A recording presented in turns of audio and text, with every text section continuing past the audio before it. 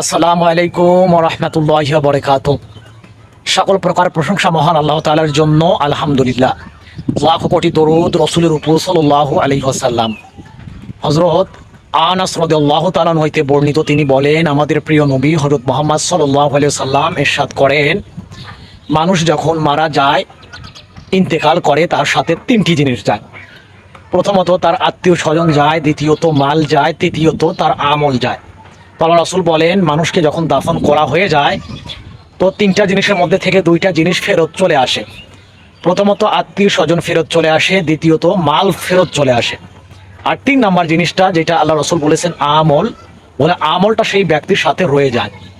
তো আল্লাহ রাসূল এই কথার দ্বারা বোঝাতে চেয়েছেন, মানুষ পার্থিব জীবনে বা দুনিয়াবী জীবনে মানুষ যত কিছু অর্জন করুক না কেন, যত ডিগ্রি হোক, সম্পদ হোক, চাকরি বাকরি, যে কোনো দুনিয়াবী লাইনে যে কোনো জিনিস হোক, মানুষের অর্জনের দিক দিয়ে তো আসলে এটা ক্ষণস্থায়ী, এটা মানুষের সাথে যায় না।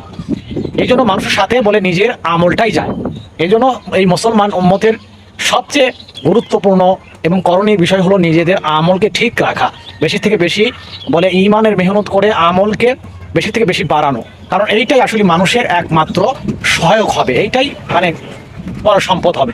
তো মহান আল্লাহ তাআলা আমাদের সকলকে বুঝ দান করুক, আমিন।